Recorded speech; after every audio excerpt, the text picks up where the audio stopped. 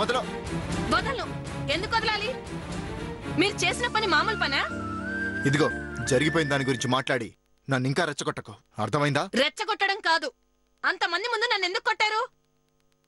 నువ్వు తప్పు చేశావు, కొట్టాను. నేనేం తప్పు చేయలేదు.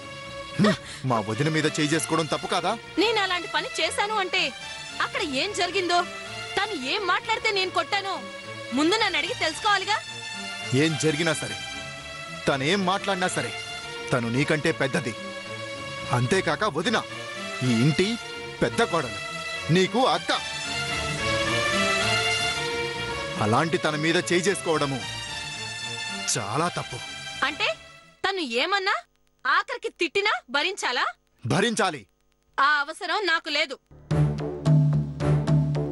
అడ్డమైన మాటలంటే పడాల్సిన అవసరం అంతకన్నా లేదు.